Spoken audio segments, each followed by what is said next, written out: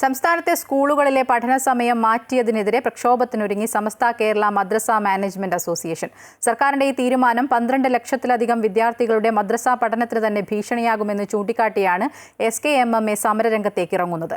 School സമയമാറ്റം കേരളത്തിലെ 11,000 മദ്രസകളുടെ പ്രവർത്തനത്തെയും സാരമായി ബാധിക്കുമെന്നും ഇവർ ചൂണ്ടിക്കാട്ടുന്നു. സമസ്തയുടെ എതിർപ്പ് നിലനിൽക്കെയാണ് സർക്കാർ 8 മുതൽ 10 വരെയുള്ള ക്ലാസുകളുടെ പഠന സമയം അരമണിക്കൂർ വർദ്ധിപ്പിച്ചത്.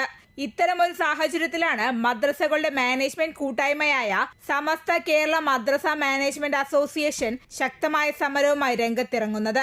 ഹൈസ്കൂളുകളിൽ പഠിക്കുന്ന പല വിദ്യാർത്ഥികളും മദ്രസയിൽ 6 മുതൽ 10 വരെ ക്ലാസുകളിൽ പഠിക്കുന്നവരാണെന്നും സ്കൂളുകളിലെ സമയമാറ്റം അവരുടെ മദ്രസ പഠനത്തെ ബാധിക്കുമെന്നും സമസ്ത കേരള മദ്രസ മാനേജ്മെന്റ് അസോസിയേഷൻ അംഗങ്ങൾ പറയുന്നു. വിദ്യാഭ്യാസ ബോർഡിൻ്റെ മീറ്റിംഗ് ചേർന്ന് ഞങ്ങളുടെ ആവശ്യം പരിഗണിക്കണമെന്ന ആവശ്യങ്ങൾ ഞങ്ങൾ മുന്നോട്ട് വെക്കുകയും ചെയ്തു.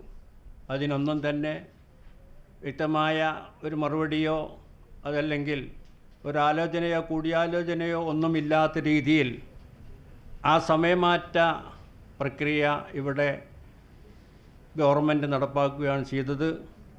ഇതേ തുടർന്ന് വ്യാഴാഴ്ച കോഴിക്കോട് സമര പ്രഖ്യാപന കൺവെൻഷൻ നടത്തുമെന്നും SKMMA അറിയിച്ചു. അമൃത ന്യൂസ്, കോഴിക്കോട്.